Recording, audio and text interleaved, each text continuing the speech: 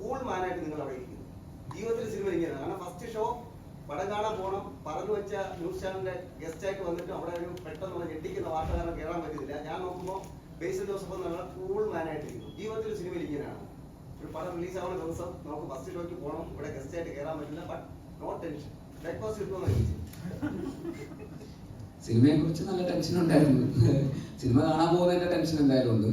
അല്ലാതെ നിങ്ങളുടെ പ്രോഗ്രാം എന്തായാലും നിങ്ങൾക്ക് അതിൻ്റെതായിട്ടുള്ള പ്രയോറിറ്റീസ് ഉണ്ടാവുമല്ലോ. അതൊരു ഭയങ്കര ഇമ്പോർട്ടൻ്റ് ആയിട്ടുള്ള ന്യൂസ് നിങ്ങൾക്ക് കൊടുക്കുക എന്ന് പറയുന്ന സാഹചര്യത്തിൽ നമുക്ക് അവിടെ കയറി ഒന്ന് വെയിറ്റ് ചെയ്ത് മാത്രമേ ഉള്ളൂ.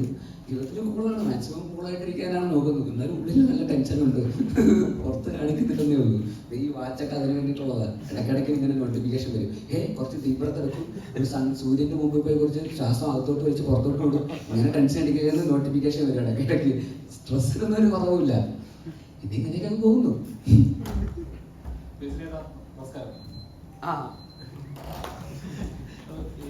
സാറിന്റെ കഥകളിലെ ഏറ്റവും മികച്ച സിനിമയാണ് പൊന്മാന നമ്മൾ കണ്ടിറങ്ങുന്ന ഓരോ പ്രേക്ഷകരും പറയുന്നതാണ്. ശരിക്കും പറഞ്ഞാൽ ഈ സിനിമയുടെ ഷൂട്ടിങ്ങിന് മുമ്പും പ്രതീക്ഷ ഉണ്ടായിരുന്നു ഇത് കണ്ടിറങ്ങുന്ന റിലേറ്റ് ചെയ്യാൻ പറ്റും, ഏതൊരു മിഡിൽ ക്ലാസ് വർക്ക് ചെയ്യുന്ന ആളുകൾക്ക് ഇത് റിലേറ്റ് ചെയ്യാൻ പറ്റുന്ന ഒരു പ്രതീക്ഷ ഉണ്ടായിരുന്നു. അതന്നെ ഈ ബുക്ക് വായിച്ചവരുടെ ഒക്കെ ഒരു ഫീഡ്ബാക്സ്. ബുക്ക് വായിക്കുമ്പോൾ തന്നെ നമുക്ക് ബുക്ക് വായിച്ചുകൊണ്ടാണ് ഇത് ചെയ്യാം എന്ന് തീരുമാനം എടുക്കുന്നത്. ബുക്ക് വായിക്കുമ്പോൾ തന്നെ നമുക്ക് ഇത് ചെയ്തിട്ടേ ഉള്ളൂ, ഇത് ചെയ്തിട്ടേ വേറെ എന്ത് പരിപാടിക്കും പോകുന്നുള്ളൂ, ഇത് ചെയ്യണം, അങ്ങനെ ഒരു തീരുമാനം ആദ്യം തന്നെ എടുത്തായിരുന്നു. പക്ഷെ ബുക്ക് വായിക്കുന്ന പോലല്ല സിനിമയിലേക്ക് വരും. അപ്പോൾ ബുക്കിന് അതിൻ്റെതായിട്ടുള്ള ലിബർട്ടീസ് ഉണ്ട്. ബുക്ക് വായിക്കുമ്പോൾ നമുക്ക് നമ്മുടേതായിട്ടുള്ള ഒരു പ്രൈവറ്റ് സ്പേസിലേക്ക് നമ്മൾ കാണുന്ന വിഷ്വൽസും നമ്മൾ കാണുന്ന മുഖങ്ങളും ആയിരിക്കും നമ്മുടെ മനസ്സിലുണ്ടാവുക. നമ്മൾ തന്നെ ഒരു ഇമാജിനേഷൻ ഉണ്ടാക്കിയെടുക്കുന്നുണ്ട്. എന്നാൽ സിനിമയിലേക്ക് വരുമ്പോൾ സിനിമയായിട്ടാണ് അതിനെ കാണാൻ. അപ്പോൾ ആൾക്കാർക്ക് അതിൻ്റെതായിട്ടുള്ള ലിബർട്ടീസും ബുക്കിൻ്റെതായിട്ടുള്ള അത്രയും സമയവും ഡീറ്റെയിലിങ്ങുകളും നമുക്ക് ഒരിക്കലും സിനിമയിൽ പ്രസന്റ് ചെയ്യാൻ പറ്റില്ല. അതിനതിൻ്റെതായിട്ടുള്ള ബുദ്ധിമുട്ടുകളുണ്ട്. അപ്പോൾ ബുക്കിൽ നിന്ന് സിനിമയിലേക്ക് ആകുമ്പോൾ ആ ബുക്കിൻ്റെ ഒരു സോള് ചോർന്നു പോകാതെ എങ്ങനെ സിനിമയിലേക്ക് എത്തിക്കാം എന്നുള്ള രീതിയിൽ നമ്മളെല്ലാവരും നന്നായിട്ട് അതിന് വേണ്ടിയിട്ട് വർക്ക് ചെയ്തിട്ടുണ്ട്. അത് സ്ക്രിപ്റ്റ് ആക്കുമ്പോൾ അതിൻ്റെതായിട്ടുള്ള, എന്നാൽ ബുക്കിൽ കുറേ കാര്യങ്ങൾ സിനിമയിലേക്ക് വന്നപ്പോൾ മാറിയിട്ടുണ്ട്. ബുക്കിൽ വഴി കൂടെ അല്ല സിനിമ സഞ്ചരിച്ചിരിക്കുന്നത്. സിനിമ സ്ക്രിപ്റ്റ് ആയപ്പോൾ വേറെ വഴി കൂടിയാണ് സിനിമ സെക്കൻഡ് ഹാഫിലൊക്കെ സഞ്ചരിക്കുന്നത്. അതിൻ്റെ ക്രെഡിറ്റ് ജസ്റ്റിൻ മാത്യുവിനും കൂടെ ഉള്ളതാണ്. ഇതിൻ്റെ സ്കോർ റൈറ്റർ ജസ്റ്റിനാണ് പല മേജർ പ്ലോട്ട് പോയിന്റ്സും മാറ്റി ആലോചിച്ചതും ചിന്തിച്ചതൊക്കെ. പിന്നെ GR ഗോപൻ ചേട്ടൻ്റെയും നല്ല കോൺട്രിബ്യൂഷൻ, ഓഫ് കോഴ്സ് ജ്യോതിഷ് ചേട്ടൻ്റെയും. അപ്പം എല്ലാവരുടെയും കൂടെ എല്ലാവർക്കും അറിയാവുന്നത് സിനിമയായിട്ട് നന്നായിട്ട് വരണം. സിനിമയാകുമ്പോൾ ബുക്കിൽ നിന്ന് വലിയ രീതിയിൽ മാറ്റങ്ങളില്ലാതെ ബുക്കിനേക്കാളും നന്നായാൽ അത്രയും സന്തോഷം. എന്നാൽ ബുക്കിൻ്റെ അത്രയെങ്കിലും തന്നെ നമുക്ക് എത്തിക്കണം എന്നുള്ള ഒരു വിശ്വാസം തന്നെയാണ് നമ്മൾ ആദ്യം മുതലേ ഇതിൻ്റെ സ്ക്രിപ്റ്റിൽ എല്ലാവരും അതിന് വേണ്ടിയിട്ട് വർക്ക് ചെയ്തത്. ഇതൊരു റിയൽ ലൈഫ് സ്റ്റോറിയാന്ന് പറഞ്ഞാൽ അപ്പോൾ ഇതിന് നേരിട്ട് കഥാപാത്രങ്ങളൊക്കെ നേരിട്ട് കാണാൻ സാധിച്ചിരുന്നു. ഒരു കാര്യം പറയാനുണ്ട്, വിട്ടുപോയായിരുന്നു. അപ്പോൾ ഇതൊരു റിയൽ ലൈഫ് സ്റ്റോറിയാണ് ബേസിക്കലി. ഇതിൻ്റെ ഇത് നടന്നത് കൊല്ലത്ത് കുറേ വർഷങ്ങൾക്ക് മുമ്പ്. ഇതിൻ്റെ സംവിധായകൻ ജ്യോതിഷ് ചേട്ടൻ്റെ തന്നെ ജീവിതത്തിൽ സംഭവിച്ചിട്ടുള്ള ഈ 4-5 ചെറുപ്പക്കാരനാണ് നോവലിൻ്റെ പേര്. ആ 4-5 ചെറുപ്പക്കാരിൽ ഒരു ചെറുപ്പക്കാരൻ അന്ന് ജ്യോതിഷ് ചേട്ടനായിരുന്നു. ഇന്ന് അത്ര ചെറുപ്പക്കാരനല്ല, കുറേ വർഷങ്ങൾക്ക് മുമ്പ്. അതെ, ഒരു മറുത എന്ന് പറയുന്ന ഒരു ക്യാരക്ടറാണ് ജ്യോതിഷ് ചേട്ടൻ്റെ ശരിക്കുള്ള ക്യാരക്ടർ റിയൽ ലൈഫിൽ. പിന്നെ ഇതിൽ മാർക്കണ്ഡേയ ശർമ്മ എന്ന് പറയുന്ന ദീപക് ചെയ്ത ക്യാരക്ടർ ആക്ച്വലി റിയൽ ലൈഫിൽ ഉണ്ടായിരുന്നത് ബാലാജി ശർമാജി എന്ന് പറയുന്ന ആക്ടറാണ്, രാജേഷ് ശർമ്മ. അദ്ദേഹമാണ് റിയൽ ലൈഫിൽ ആ മനുഷ്യൻ. അദ്ദേഹം ഈ സിനിമയിൽ പള്ളിയിലച്ചൻ റോൾ ചെയ്തിട്ടുണ്ട്. അപ്പോൾ ആദ്യമായിട്ടായിരിക്കും ഇതിലൊരു സീനുണ്ട്, പള്ളിയിലച്ചനായിട്ടുള്ള ശർമാജി വന്നിട്ട് ദീപകിൻ്റെ അടുത്ത് വന്നിട്ട് ഡയലോഗ് പറയുന്ന സീൻ. അതായത് റിയൽ ലൈഫിലെ ആള് സിനിമയിൽ അഭിനയിക്കുന്ന ആളുടെ അടുത്ത് കോമ്പിനേഷൻ സീനിൽ വന്നിട്ട് നോക്കി കണ്ടൊക്കെ നിന്നോണെ എന്ന് പറയുന്നത് ഒരു അപൂർവ ഒരു മൊമെന്റും ആക്ച്വലി ഈ സിനിമയിൽ ഉണ്ടായിട്ടുണ്ട്. പിന്നെ മെയിനായിട്ട് പറയേണ്ടത് അജേഷ് PP എന്ന് പറയുന്ന ഇതിലെ സെൻട്രൽ ക്യാരക്ടറിനെ ആക്ച്വലി റിയൽ ലൈഫിലുള്ള ആളെ അന്നത്തെ സംഭവത്തിന് ശേഷം പിന്നെ നമ്മൾ ആരും കണ്ടിട്ടില്ല. ഈ പറയുന്ന 4-5 ചെറുപ്പക്കാരും കണ്ടിട്ടില്ല, വേറെ ആരും കണ്ടിട്ടില്ല. ഇത് കാണുന്ന അജേഷ് PP ഇവിടെ എവിടെയെങ്കിലും ഉണ്ടെങ്കിൽ, ലോകത്ത് എവിടെയെങ്കിലും ഉണ്ടെങ്കിൽ തീർച്ചയായിട്ടും ഞങ്ങളുമായിട്ട് ബന്ധപ്പെടുക. ഈ പറയുന്ന ഞങ്ങൾക്ക് എല്ലാവർക്കും റിയൽ ലൈഫ് അജേഷിനെ നേരിട്ട് കാണാൻ താല്പര്യമുണ്ട്. ഞങ്ങളുടെ അടുത്ത് വന്നു കഴിഞ്ഞാൽ കണ്ടു കഴിഞ്ഞാൽ ഈ പറയുന്ന അജേഷിന് കിട്ടാനുള്ള ആ സ്വർണത്തിനുള്ള അത്രയും പൈസ നമ്മൾ അജേഷിന് കൊടുക്കുന്നതായിരിക്കും. അപ്പോൾ അജേഷ് എവിടെയെങ്കിലും ഉണ്ടെങ്കിൽ അജേഷ് തീർച്ചയായിട്ടും ഇത് കാണുന്നുണ്ടെങ്കിൽ ഇപ്പൊ എല്ലാ അജേഷുമാരും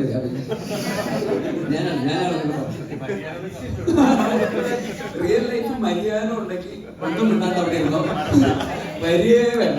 കാണുന്നുണ്ടോ?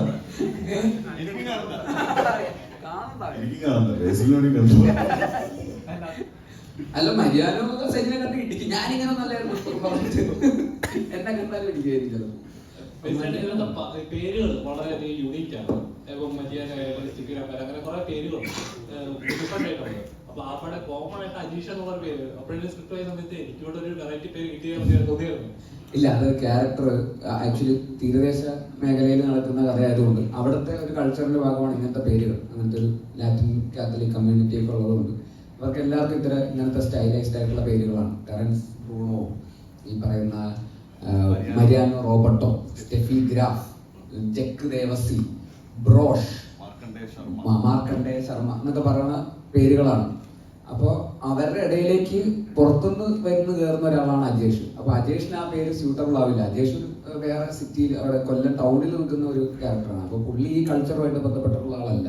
അപ്പോൾ അജേഷിന് അപ്പോൾ അതുകൊണ്ട് വേറൊരു പേര്, അജേഷിനും കുറച്ച് അങ്ങനത്തെ വ്യത്യസ്തമായ പേരിട്ടിരുന്നെങ്കിൽ പക്ഷേ ആ ഒരു സ്ട്രേഞ്ചർ ആയിട്ട് ഫീൽ ചെയ്യില്ല. അതെ അതെ. ആളുകൾക്ക് ഒരു എക്സ്പെക്ടേഷൻ ഉണ്ട്. അതായത് ഒരു ഹ്യൂമർ കഥാപാത്രം വന്ന് സ്ക്രീനിൽ കുറെ നേരം നിന്നതിന് ശേഷം ഒരു സീരിയസ് ആയിട്ടുള്ള എന്തെങ്കിലും ഒരു ഡയലോഗ് പറഞ്ഞിട്ട് പെട്ടെന്ന് പോകുന്ന, അല്ലെങ്കിൽ ഒരു മെസ്സേജ് തന്നു പോകുന്ന ഒരു ക്യാരക്ടറായിട്ട് ആളുകൾ എക്സ്പെക്ട് ചെയ്യുന്നത്. അത് ബ്രേക്ക് ചെയ്യാനായിട്ട് ഒരു കഥാപാത്രമാണ് പൊന്മാനിലെ കഥാപാത്രമായിട്ട് അങ്ങനെ ഫീൽ ചെയ്തോ? എനിക്ക് എന്റെ ആക്ടിങ് കരിയറിൽ എനിക്ക് കിട്ടിയിട്ടുള്ള ഏറ്റവും നന്നായിട്ട് എഴുതപ്പെട്ടിട്ടുള്ള, ഏറ്റവും ബെസ്റ്റ് ആയിട്ട് എഴുതപ്പെട്ടിട്ടുള്ള ക്യാരക്ടറാണ് അജേഷ്. ബാക്കി ക്യാരക്ടേഴ്സ് ഒന്നും അങ്ങനെ എഴുതിയിട്ടില്ല എന്നല്ല ഞാൻ പറയുന്നത്. എല്ലാത്തിനും അതിൻ്റെതായിട്ടുള്ള ഫ്ലേവേഴ്സ് ഉണ്ടായിരുന്നു. പക്ഷെ ഏറ്റവും ബെസ്റ്റ് ആയിട്ട് എഴുതപ്പെട്ടിട്ടുള്ള, അത് ഈ ലിറ്ററേച്ചറിന്റെ കൂടെ ഗുണമാണ്. ഒരു നോവലിൽ അതിനെ കുറിച്ച് അത്രയും ആധികാരികമായിട്ട് എഴുതിയിട്ടുണ്ട് ആ അജേഷ് എന്ന് പറയുന്ന ക്യാരക്ടറിന്റെ എല്ലാ ലേയേഴ്സും. പക്ഷെ സിനിമയിലേക്ക് വരുമ്പോൾ അത്രയും നമുക്ക് അറിയാലോ ആ ക്യാരക്ടറിനെ കുറിച്ച്. ഫുൾ ക്യാരക്ടർ സ്റ്റഡി തന്നെയാണല്ലോ ആ നോവലും. അപ്പൊ അതുകൊണ്ട് എനിക്ക് അഭിനയിക്കുമ്പോഴും അത് ഭയങ്കരമായിട്ട് ഗുണം ചെയ്തിട്ടുണ്ട്. അത്രയും നന്നായിട്ട് എഴുതിയിട്ടുള്ള ഒരു ക്യാരക്ടർ ആയിട്ടുള്ള ഒരു അഡ്വാൻറ്റേജ് ആണ്. അപ്പോൾ ബാക്കി സിനിമകളിലൊക്കെ ക്യാരക്ടേഴ്സ് വെൽ റിട്ടൺ ആണ്. എന്നാൽ പോലും ഏറ്റവും അധികം ലെയേർഡ് ആയിട്ടും ഡെപ്തിൽ എഴുതിയിട്ടുള്ള ഒരു ക്യാരക്ടർ അജേഷിൻ്റെതാണ്. അതുകൊണ്ടും കൂടെയാണ് ആ ക്യാരക്ടർ ആൾക്കാർക്ക് ഇത്രയും എന്താ പറയുക ബെസ്റ്റ് ആയിട്ട് ഏറ്റവും നന്നായിട്ട് ചെയ്ത ക്യാരക്ടറായിട്ട് തോന്നുന്നു, ഏറ്റവും നന്നായിട്ട് അഭിനയിച്ച സിനിമയായിട്ട് തോന്നുന്നു എന്നൊക്കെ തോന്നാനുള്ള കാരണം ആ ക്യാരക്ടർ അത്രയും നന്നായിട്ട് എഴുതപ്പെട്ടിട്ടുള്ളതും കൂടെ തന്നെയാണ്. സ്ക്രീൻ കാണുമ്പോൾ ഏകദേശം ഒരു വില്ലനായിട്ട് നമുക്ക് തോന്നുന്നു. അങ്ങനെയാണ് സ്ക്രീനിൽ കാണുന്നത്. അപ്പം വില്ലനെ വളർത്തി അടിക്കുന്ന ഒരു ആക്ഷൻ ഹീറോ ആയിട്ടോ അല്ലെങ്കിൽ ഒരു മസിൽ പവർ കാണിക്കുന്ന ഒരു ഹീറോ ആയിട്ടോ ബേസിൽ നമുക്ക് ഒരിക്കലും ഇമാജിൻ ചെയ്യാൻ പറ്റുന്നത്. എങ്ങനെ ഉണ്ടായിരുന്നു ആ ഒരു സ്ക്രിപ്റ്റ് വളർത്തിയടിക്കുന്ന ഒരു വില്ലനെ വളർത്തിയടിക്കുന്ന ഒരു നായകനായിട്ടല്ലേ തോന്നുന്നത്? അല്ല, അങ്ങനെ ഒരിക്കലും വർക്കാവില്ല. ഞാൻ മുമ്പ് പറഞ്ഞു, ഞാൻ KGF മറ്റേ ബില്ല് ബോയ്ലൻസ് എന്ന് പറഞ്ഞ് ഞാൻ വന്നു കഴിഞ്ഞാൽ ആൾക്കാർ എന്ന് പറയും. അപ്പൊ ആ തിരിച്ചറിയുന്നത് നിങ്ങളെക്കാൾ നന്നായിട്ട് എനിക്കുണ്ട്. അപ്പൊ അതുകൊണ്ട് ഞാൻ അത് ചെയ്യില്ല. ഇല്ലെങ്കിൽ പിന്നെ ഞാൻ മറ്റേ കരാട്ടെ മാർഷൽ ആർട്സ് ഒക്കെ പഠിച്ച് ആദ്യത്തെ സീനിൽ തന്നെ അങ്ങനെ മാസമായിട്ടുള്ള റോളാണെങ്കിൽ അങ്ങനെ പഠിച്ചു വന്ന് കാണുന്നവർക്ക് തോന്നണം, ആ ഇവൻ ചിലപ്പോൾ നാലാളെ ഇടിക്കാൻ സാധ്യതയുണ്ട് എന്ന് തോന്നുന്ന ടൈപ്പ് ഓഫ് ഒരു ക്യാരക്ടറും അതിനുള്ള കഴിവ് എനിക്കും കൂടെ ഉണ്ടെന്ന് തോന്നിക്കഴിഞ്ഞാൽ ഞാൻ ചെയ്യുമായിരിക്കും. പക്ഷെ അല്ലാത്ത സാഹചര്യത്തിൽ ഞാൻ സച്ചിന്റെ മുമ്പിൽ നിന്ന് കഴിഞ്ഞാൽ എന്നത് ഇങ്ങനെ തൂക്കിയെടുത്ത് അങ്ങനെയൊക്കെ എറിഞ്ഞാൽ മതി. അപ്പൊ അത് ഒരിക്കലും പ്രാക്ടിക്കൽ ആവില്ല. അപ്പൊ ആ സാഹചര്യത്തിൽ കഥയിൽ എങ്ങനെയാണ് നമുക്ക് അതിൻ്റെ അകത്ത് അങ്ങനെ ഒരു ഹീറോയിസം എങ്ങനെയാണ് വർക്ക്ഔട്ട് ചെയ്യുക, സ്ക്രിപ്റ്റിലൂടെ എങ്ങനെയാണ്, കഥയിലൂടെ എങ്ങനെയാണ്, ക്യാരക്ടറിലൂടെ എങ്ങനെയാണ് അത് സഞ്ചരിക്കുക എന്ന് പറയുന്ന ആ ഒരു ഫോർമാറ്റ് ആയതുകൊണ്ട് തന്നെയാണ് അത് അവസാനം വരെയും. ഇപ്പോൾ ആക്ഷനും എന്തെങ്കിലും ഉണ്ടെങ്കിൽ തന്നെ ഒരിക്കലും മറ്റേ ഇടിക്കുക എന്നുള്ള ആക്ഷനൊന്നും അല്ല, അത് സ്ട്രഗിളാണ്. കടിക്കുക, മാന്തുക, അതൊക്കെയാണ് നമ്മുടെ ആക്ഷൻ. ഈ കഥ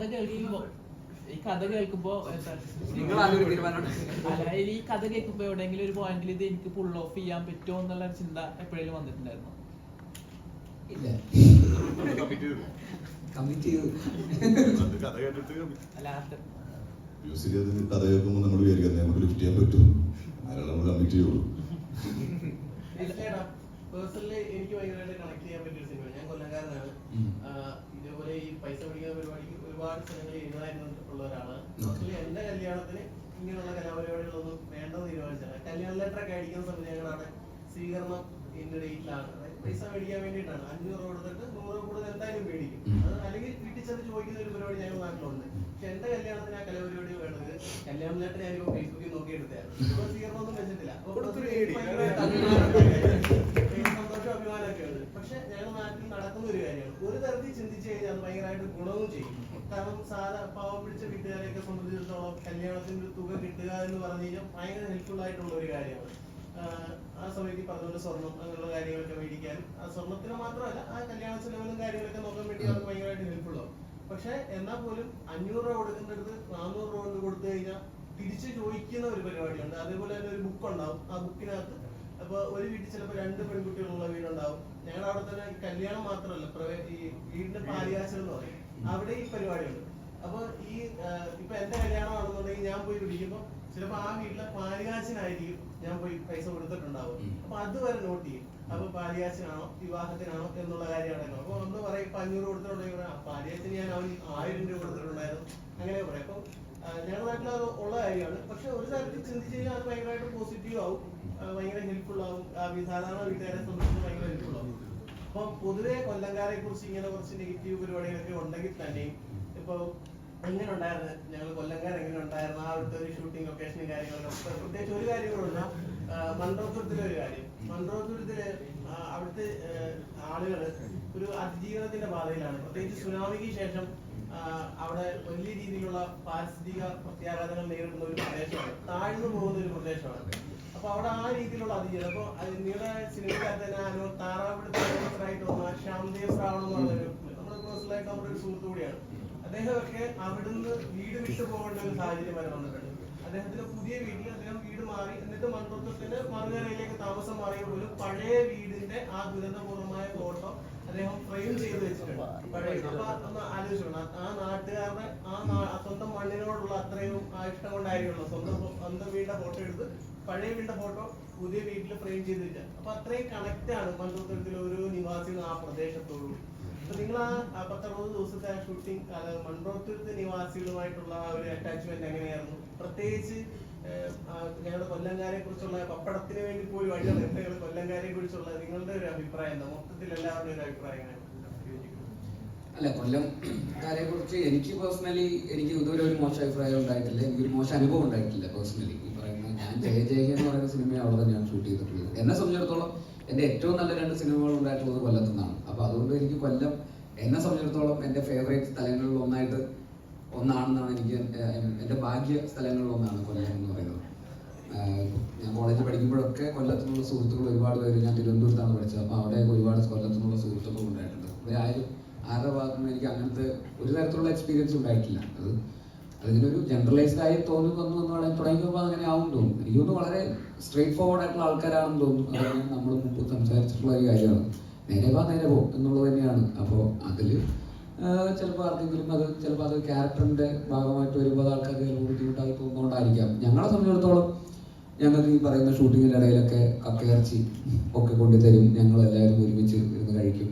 ഭയങ്കര സ്നേഹത്തോടെയാണ് അവിടെ ഉള്ളവരൊക്കെ ഞങ്ങളെ ട്രീറ്റ് ചെയ്തിരുന്നത്. ഈ പറയുന്ന മൺട്രോത്തുരത്തിലായിരുന്നു കുറേ ദിവസം ഷൂട്ട് ചെയ്തത് ഞങ്ങൾ, ഒരുപാട് ദിവസം. മൺട്രോത്തുരത്ത് ഈ പറയുന്ന പോലെ നേരത്തെ പറഞ്ഞ പോലെ അങ്ങനത്തെ ഒരു പാരിസ്ഥിതിക പ്രശ്നം നേരിടുന്ന ഒരു സ്ഥലം കൂടെയാണെന്നുള്ളത് അവിടുന്ന് ആൾക്കാരൊക്കെ ഞങ്ങൾ അറിയാൻ കഴിഞ്ഞു. അത് താഴ്ന്നു പോയിക്കൊണ്ടിരിക്കുകയാണ്, വെള്ളത്തിലേക്ക് പോയിക്കൊണ്ടിരിക്കുകയാണെന്നുള്ള. പക്ഷെ മനോഹരമായിട്ടുള്ള സ്ഥലമാണ്, ഇത്രയും ബ്യൂട്ടിഫുൾ ആയിട്ടുള്ള ഒരു സ്ഥലം കേരളത്തിൽ തന്നെ one of the best places ആണ്. അത് ഇന്റർനാഷണൽ ക്വാളിറ്റിയാണ് ആ സ്ഥലത്തിൻ്റെ ടൂറിസത്തിന്. അതുകൊണ്ടാണ് ഏറ്റവും കൂടുതൽ വിദേശികൾ അവിടെ ടൂറിസത്തിനായിട്ട് വരുന്നതെന്ന് തോന്നുന്നു.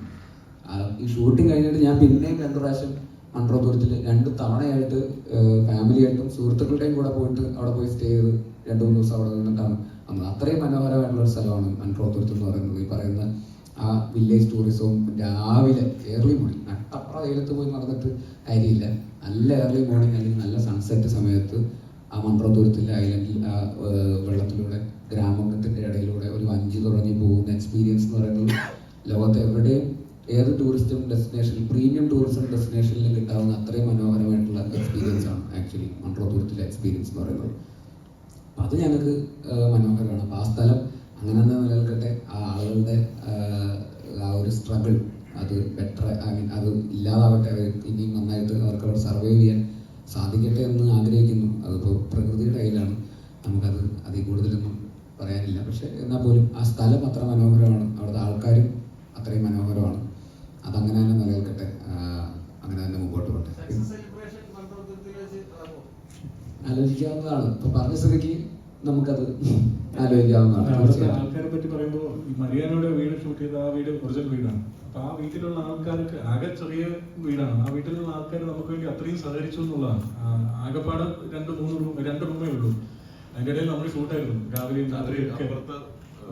അപ്പുറത്തെ വീട്ടിൽ പോയിട്ടാണ് കിടന്നുറങ്ങിയത്. നമ്മളെ വീട്ടിൽ ഷൂട്ട് ചെയ്യുമ്പോൾ ഫുൾ ആ വീട്ടിൽ കയറി എല്ലാ വീട്ടിലും അല്ലേ